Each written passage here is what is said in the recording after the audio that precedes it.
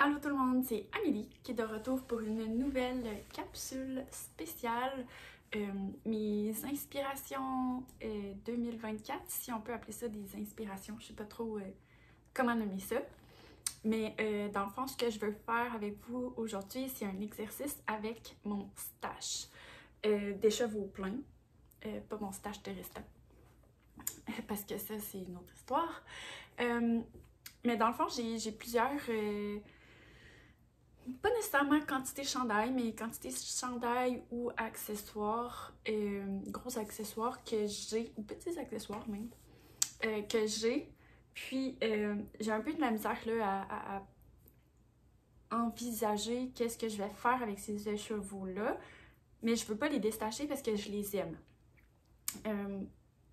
Donc, je me suis dit que prendre le temps de les regarder, puis de penser à qu'est-ce que je peux faire avec ça, avec vous aujourd'hui, ça pourrait être intéressant, non seulement pour vous, pour moi, on se cachera pas, mais aussi pour vous, si jamais c'est un... Je pense que toutes les tricoteuses, là, ils ont un stash, puis on achète de la laine, puis on a une idée en tête, mais finalement on change d'idée, ou on a un coup de cœur sur la laine, puis on l'achète en se disant « Ah, je vais faire de quoi avec un jour », puis finalement, après quelques années, c'est encore dans notre stash. Fait que c'est un peu ça aujourd'hui que je vais faire, c'est regarder avec vous qu'est-ce que je pense tricoter, c'est quoi la quantité de laine que j'ai, qu'est-ce que je peux faire avec, etc., etc. Donc, on va commencer avec, vous allez rire de moi, avec 5 écheveaux de laine. Il y en a 2 pareils, 2 très similaires, une un peu différente, mais comme vous voyez, il y a un thème de couleurs, hein? Des espèces de rose, du mauve, du bleu, du blanc, un peu de turquoise. C'est pas mal dans ma palette. Puis c'est toute de la laine péché mignon, en fait, de différentes collections. Donc, celle-là, elle est individuelle. C'est un Rich Brew, donc j'imagine que c'était comme un One of a Kind de la collection Witchcraft. Ou c'est Witch Brew, c'est vraiment le nom de la couleur, là, je sais pas. Donc, une laine, je dirais avec un ton bleu ciel, avec des spécules mauve, jaune, turquoise, pourpre, bleu de nain, avec des patchs là, de bleu de nain aussi. Ensuite, j'ai ces deux-là que j'avais achetés en 2020. C'était dans la collection Fables d'hiver. J'ai Rose des Vents et Rose Givrée. Donc, on voit qu'elles se ressemblent quand même beaucoup, mais celle-là, elle a du vert, tandis que celle-là en a pas. Je les avais achetés à l'époque pour faire un sorel sweater, mais c'est plus ce que je veux faire avec. En fait, je sais pas ce que je veux faire avec. Mais tu sais, vu qu'ils sont différentes, je me ferais pas un chandail avec. Ça me tente pas de faire un fade non plus, puis je sais pas si ça serait beau un fade comme ça. J'ai pas envie de me casser la tête. Puis j'ai ces deux laines-là qui avaient été teintes sur mesure par Mélanie, puis que c'était là, pour un ranunculus. Donc on voit là, celui-là il est sur une base plus rose pâle avec speckle bleu, pourpre, mauve. Il y a des gradients de mauve à l'intérieur, un peu de speckle rouge. Bref, encore une fois, beaucoup dans ma palette. Comme ces écheveaux-là, j'ai vraiment un gros coup de cœur là-dessus. C'est sûr que je veux les garder, mais pour un ranunculus, il faudrait que je double avec un mohair.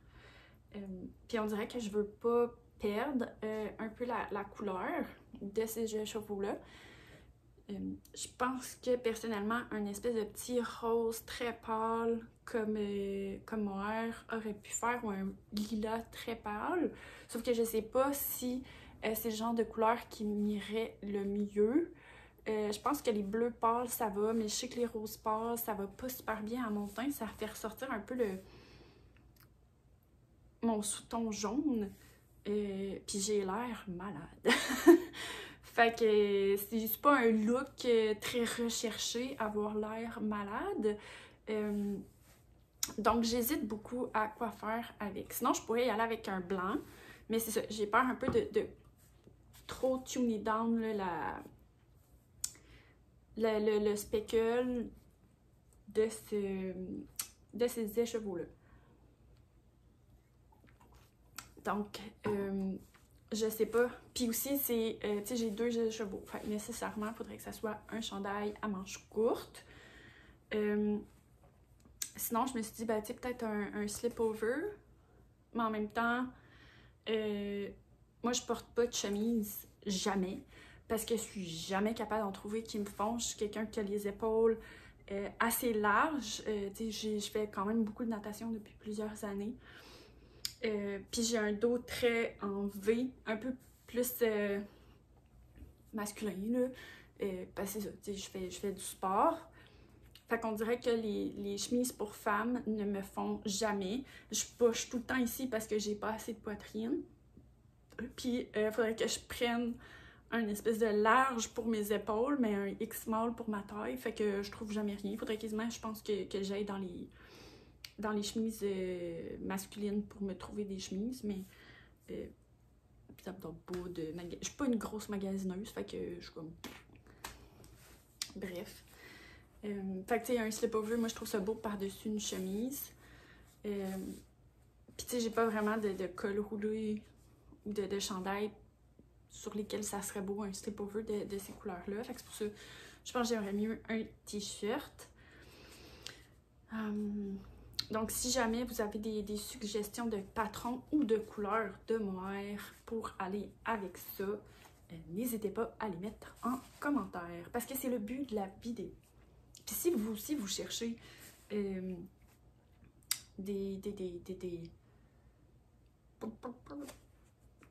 des agencements de laine patron, de laine patron à faire, ben tu sais, n'hésitez pas aussi à mettre des photos. Est-ce qu'on peut mettre des photos encore? Je sais pas. Sur Instagram, taguez-moi, je vais les remettre en story ou peu importe. The floor is all ours. On va tout... on est là pour ça dans la communauté tricot, on est là pour s'entraider puis se poser des questions. Donc, ces 3 écheveaux-là.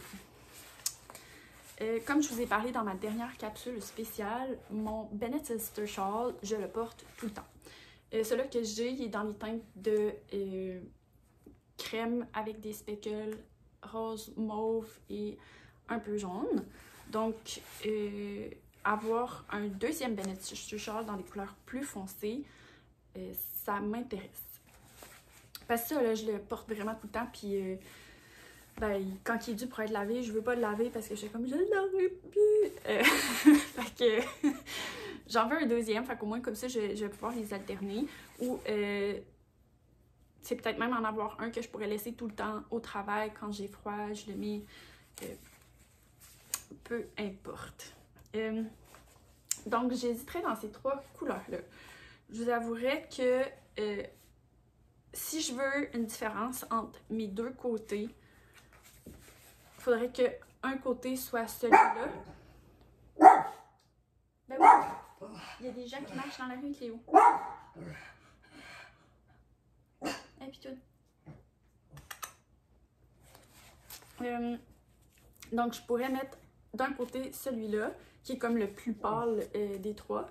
Puis de l'autre côté, je pourrais mettre un de ces 2-là, jumelé à un mohair. Là, dans le fond, à l'époque, tu sais, vu que je voulais me faire un sorel, j'avais commandé 2 écheveaux de mohair, encore là, de chez Laine Péché Mignon. C'est pas une collection spéciale, non, c'est juste la couleur sarcelle. Donc, je me suis dit, le côté foncé, ça pourrait être un de ces 2-là.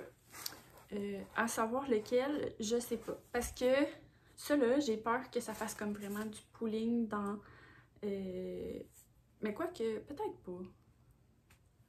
Dans le châle. Puis, en tout cas, il serait peut-être plus approprié pour faire des bas. Tu sais, vu que c'est ça, j'ai peur que ça fasse du pooling dans mes bas. Ça me dérange pas dans un châle que je veux porter peut-être un peu plus. Tandis que ceux-là, tu sais, les speckles sont un peu plus répartis, là. Fait que je pourrais jumeler ça ensemble. Ça reviendrait chercher, là, le petit... turquoise qu'on voit ici et là. Mais là, je briserais comme un set de 2 de moire. Mais, quand je dis que j'ai des thèmes de couleurs, j'ai aussi des chevaux qui pourraient aller avec le 2e moire. Fait que c'est un problème, mais c'est pas un problème, tu sais, parce que je pourrais avoir un Bennett Schuster avec une tuque qui match, mais match pas avec... Excusez, j'ai comme tendance à regarder du mauvais côté de mon téléphone pour la caméra.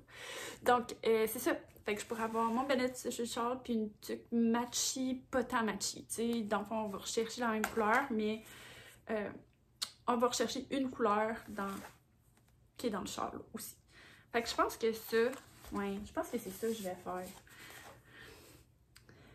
Mais là, quelle tuque qu'est-ce que je ferais? J'ai vu la Sweet Grass hat de tricot meringue qui me tenterait, mais je pense qu'elle est tricotée juste avec un fil.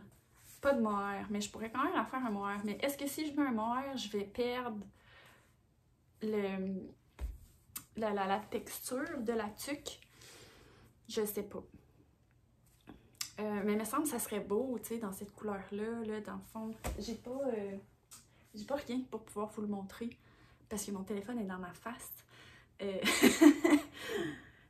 sais, juste pour vous dire, un matin, je me disais, faudrait que j'aille un iPad, tu sais, comme pour vous le montrer. Comme ça. C'est ridicule. Bref. Parce que non, je m'achèterai pas un iPad juste pour vous montrer comme un tricot une fois de temps en temps. C'est une dépense un peu intense juste pour vous montrer comme des photos. Mais bref, il me semble que ça serait un beau match. Puis cela, ben, je pourrais l'avoir pour des bas. Je pense que c'est ça que je vais faire. Vous voyez, c'est à ça que ça sert de faire cet exercice-là. Ça me fait prendre conscience de qu'est-ce que je veux faire avec mes écheveaux. Là, je pourrais leur mettre une petite corde là, avec une étiquette marquée Bennett Sister Shawl, Sweet Grass Hat. Puis ceux-là, je vais juste à mettre dans mon stash de beau. Mais c'est ça. Il y a ceux-là que je sais pas encore quoi faire avec, mais que j'aime vraiment beaucoup. Mais je sais pas si ça vous fait ça. Des fois, vous aussi, tu sais, vous aimez tellement une laine que vous avez peur de la tricoter, puis comme de la gâcher. Ce qui est un peu ridicule, mais bon.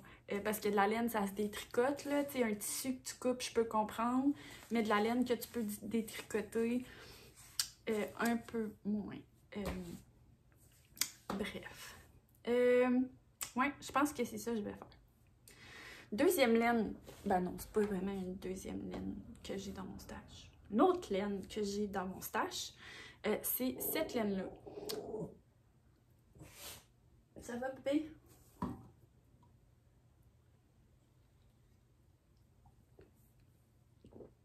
Bref. C'est cette laine-là. Dans le fond, ça, c'est de la laine BFL de Lily's Yarn. Teinte naturellement, là, donc un petit peu de gris de temps en temps. Je sais pas s'il y avait une couleur de teinture. J'imagine que oui, là, parce que c'est vraiment un crème assez jaune. Puis j'ai 3 écheveaux de 100 grammes. C'est une fingering ou c'est plus une sport? C'est une grosse fingering. Fait que je dois en avoir là 1000.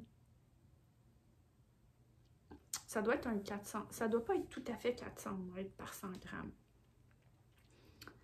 Fait que je dois avoir 1100 mètres peut-être. Fait que je n'ai assez pour me faire un chandail à manches longues.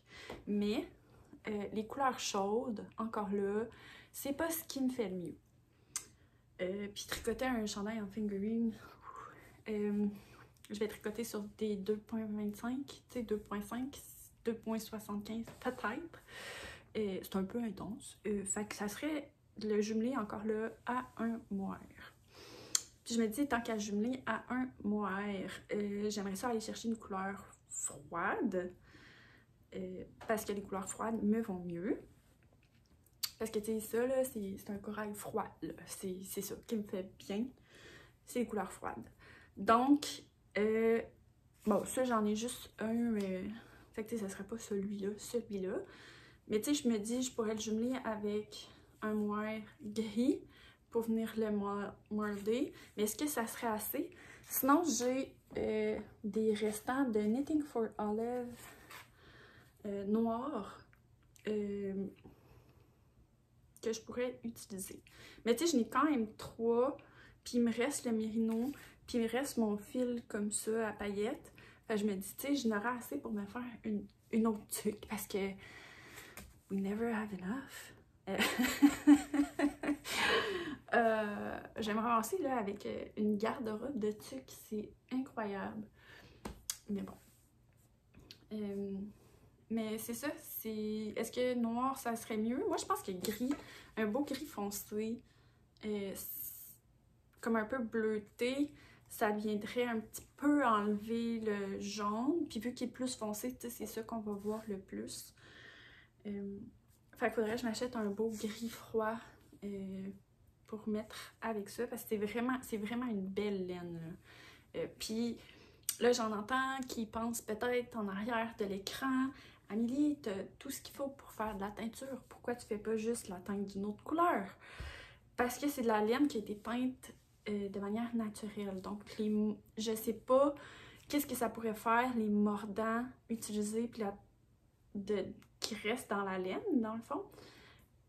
Puis quelle interaction que ça aurait avec de la peinture à l'acide comme que moi j'ai. Puis, tu sais, trouver comment teindre ça de manière naturelle, m'équiper pour faire de la teinture naturelle parce que tu peux pas utiliser les mêmes chaudrons pour du naturel puis du teinture à l'acide. Tu sais, c'est un processus, là.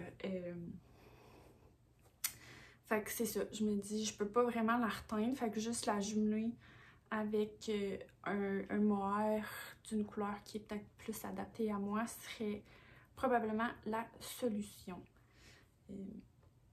Mais si vous avez d'autres choses à proposer, je suis ouverte. Mais tu sais, je veux vraiment tricoter cette laine-là. C'est vraiment une belle laine, c'est du BFL, là, mais c'est doux, là. C'est pas... Tu sais, des fois, le BFL, il est un peu plus crunchy, là, mais pas celui-là, là. Il est très doux, là. Je peux facilement le porter près de ma peau, là. Puis c'est ça, avec mes restants de Knitting pour l'olive, là. Claire, Knitting for Olive. Mon cerveau, il y a de la misère à switcher du français à l'anglais, là, je suis désolée. Mais c'est ça, tu sais, j'en ai clairement assez, là. J'ai 2 balles et demie de mérino, 3 balles de mohair, plus quasiment une balle entière, là, du petit fil à paillettes. Fait que, tu sais, je pourrais tricoter le dedans du rebord. Après ça, commencer à tricoter en mettant le fil à paillettes pour le replier. Fait que j'aurais la partie pas de paillettes à l'intérieur de ma tête, la partie avec paillettes à l'extérieur, puis après ça, faire la couronne avec la paillette. Merci, bonsoir. Puis finalement, il y a ça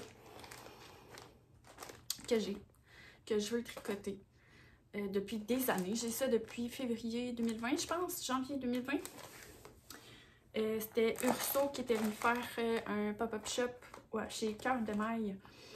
Puis elle vendait des kits pour faire des mitaines et je la trouve absolument magnifique. Puis je voulais faire ces mitaines. Elle a un design de mitaines là, pour le TB. Mais je me suis toujours posé la question. Le mohair, là, est-ce qu'il est pour l'extérieur de la mitaine ou il est pour faire une doublure? Parce que là, je me dis, si je l'utilise partout, j'ai peur de comme tuner down ces couleurs-là, puis de pas avoir assez de contraste pour le color work. Mais en même temps, il est tellement beau le mohair, je veux pas qu'il soit juste caché en dedans de la mitaine.